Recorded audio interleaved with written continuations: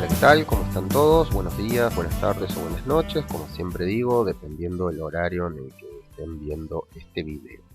Hoy vamos a continuar con la temática de la persuasión que comenzamos a desarrollar la semana pasada y que tiene como principal objetivo, como ya lo habíamos dicho, generar distintos comportamientos, ¿sí? Para retomar la idea central que tiene que ver con esto de la persuasión, digamos, y que se entienda bien, cuando nosotros, digamos, activamos este proceso de influencia sobre nuestros colaboradores, es para desarrollar estos comportamientos que nosotros tenemos, digamos, pretendemos, que son los que van a colaborar con el desarrollo de nuestro objetivo organizacional, ¿sí?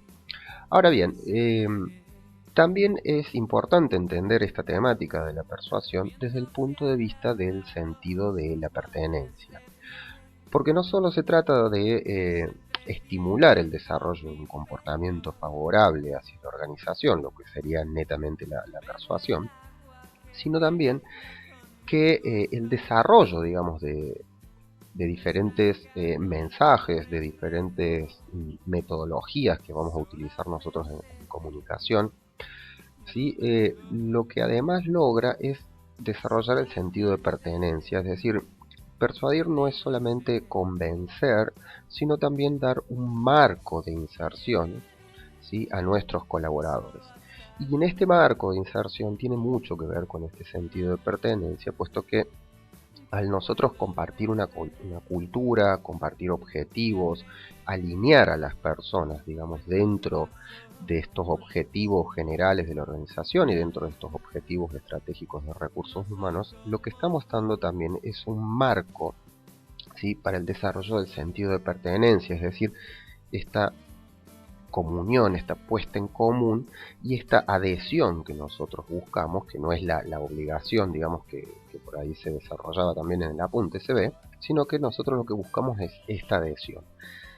Y esta adhesión, digamos, nosotros al adherir a ciertos principios, a ciertos valores, a ciertas prácticas, lo que estamos generando es algo en común, un patrón en común con el resto de nuestros compañeros de trabajo, por lo cual, digamos, esto también ayuda a desarrollar este sentido de pertenencia, ¿sí? Entonces, es muy importante que nosotros podamos trabajar, digamos, sobre esta conducta, sobre esta persuasión, pero no solamente entendida como un proceso, digamos, de influencia determinada para el desarrollo de cierto objetivo, de cierto comportamiento, sino también como un marco de referencia. Bueno, acá es interesante plantearse un poco cómo, digamos, cuando nosotros tenemos cierto interés, cuando realmente estamos motivados o automotivados, digamos, en función de determinado proceso que está vinculado a un comportamiento, nosotros tendemos a procesar por la ruta central. Entonces todos esos procesos de toma de decisión que nosotros encaramos cuando realmente nos interesa el tema sobre el cual vamos a decidir, generalmente se dan por la ruta central, ¿sí? Es ahí cuando nosotros buscamos información, cuando nosotros revisamos distintos tipos de material, sometemos, digamos, este proceso de decisión a eh, ciertos análisis de tipo lógicos y racionales, ¿sí?, que esto tiene que ver con el interés que nosotros tenemos.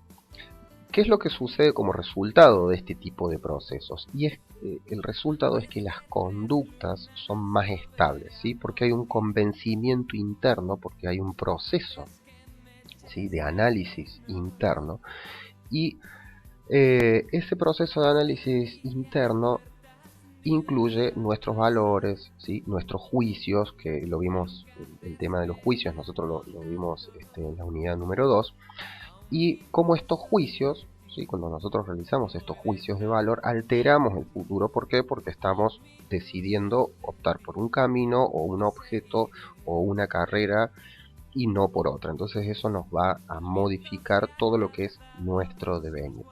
Pero es interesante ver cómo cuando se procesa por la ruta central, al ser un análisis mucho más profundo el que realizamos, el resultado que obtenemos es un comportamiento mucho más estable, ¿sí? Diferente es el procesamiento por la ruta periférica, ¿sí? En donde, como un poco explicaba la profesional, son procesos de decisión que vinculan mucho los heurísticos, o sea, estos atajos cognitivos que nosotros tenemos. Y esto es interesante verlo, ¿por qué? Porque, como decía esta profesional, eh, el cambio de conducta o la fijación de una conducta tiene que ver con muchos factores, ¿sí? Y uno de esos factores es lo que nosotros estamos proponiendo, es decir, cuán vinculado está esta propuesta que nosotros estamos haciendo a las convicciones internas de, digamos, nuestros receptores o nuestros colaboradores. Entonces, mientras el mensaje sea más coincidente con sus vinculaciones internas, sus propios valores, sus propios modelos de conducta, va a ser mucho más, va a ser más posible, digámoslo así, que adopte lo que nosotros estamos proponiendo como comportamiento, ¿sí? Entonces, hay muchos factores vinculados, que es el tipo de mensaje, lo que propone ese mensaje, la relación que hay entre ese mensaje y las convicciones internas. Pero también hay otras cosas muy interesantes y que tienen que ver sobre todo con la ruta periférica, que es la cuestión de la oportunidad, ¿sí? En eso quiero centrarme. ¿Por qué? Porque nos ha pasado, por ejemplo, muchas veces que, a pesar de estar interesados en algo, recibimos una llamada, por ejemplo, que nos ofrecen este algo en un momento oportuno o nos parece interesante, pero en este momento no estamos en condiciones de decidir, porque, por ejemplo, no le podemos prestar la atención necesaria, porque no tenemos el tiempo necesario ni los elementos necesarios para el proceso de toma de decisión, ¿sí? Entonces, ¿qué sucede? Cuando estamos nosotros en este tipo de situaciones es cuando, por ejemplo, recurrimos a estos heurísticos o estos atajos cognitivos, y esto también se da cuando, por ejemplo, la vinculación que nosotros tenemos con la temática en sí, con el comportamiento, no es de nuestro absoluto interés. Entonces, tendemos a reducir el proceso de toma de decisión a partir de este tipo de atajos cognitivos o heurísticos, ¿sí? Hay muchos tipos de heurísticos, algunos los menciona, digamos, esta profesional, pero bueno, es interesante ver cómo, por ejemplo, la decisión del grupo, ¿sí?, suele, digamos, ser uno de los principales fundamentos para la toma de decisiones. Es decir, aquí el atajo cognitivo es, bueno, si la mayoría lo hace, quiere decir porque corresponde o está bien. Otros atajos cognitivos tienen que ver con los a priori, ¿no? Esto es el modelo de Charcot, en donde, por ejemplo, si nosotros, si la temática la está desarrollando un profesional, por ejemplo, tendemos a creer, ¿sí? ¿Por qué? Porque nuestros a priori dicen que si ese es un profesional en la materia, seguramente tiene razón, ¿sí? Esto se ha visto mucho, por ejemplo, aquí en la pandemia, ustedes lo van a ver en las noticias, que permanentemente se recurre a equipos médicos de todo tipo. ¿Por qué? Porque, digamos, estos a priori, ¿no?, y estos atajos cognitivos, es decir, bueno, si un médico seguramente sabe, nos ayudan mucho, digamos, a este proceso de toma de decisión, que no solamente tiene que ver con un comportamiento, sino también con la adopción de ciertas posturas, ¿sí?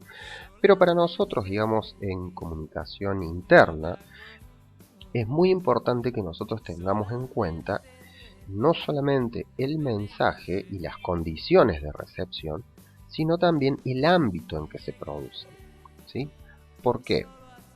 Porque nuestro mensaje, si bien es cierto, es importante, y si bien es cierto, hace a un mejor desarrollo, digamos, de los recursos humanos, nosotros tenemos que tener en cuenta la oportunidad, digamos, cuál es la oportunidad en que llega nuestro mensaje, y esa oportunidad tiene que ver mucho con los canales, ¿sí?, y el momento en que se desarrolla.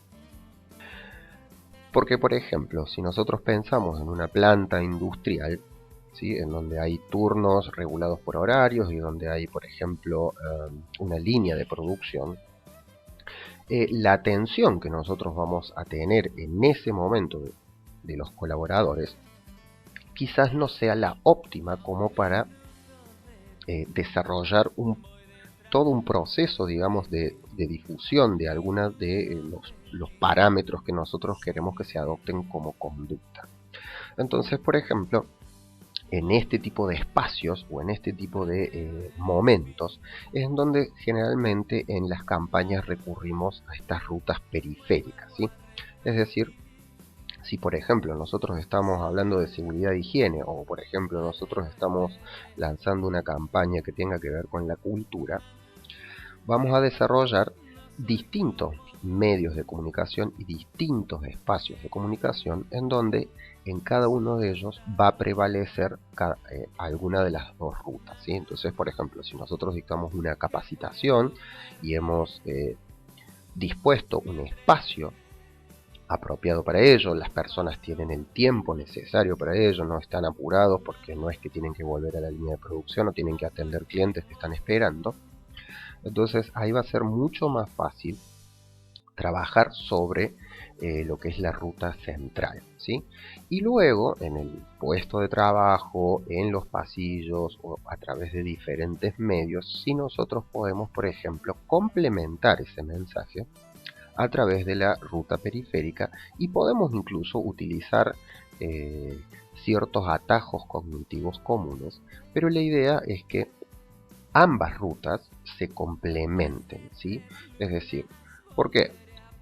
Porque, insisto, hay ciertos momentos de nuestra jornada en donde, a pesar de que podemos tener, por ejemplo, cierto interés en un tema, no nos es posible, por una cuestión de disponibilidad de tiempo, recurrir a la ruta central.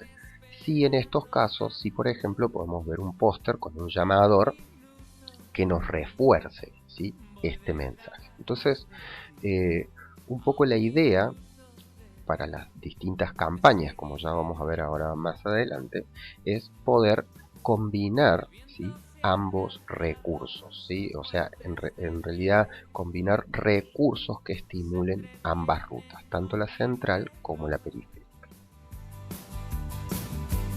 Bebo el agua que viene conmigo, estoy estancado en tu reflejo, solamente de ti, gota a gota, solamente de ti, veneno y sed.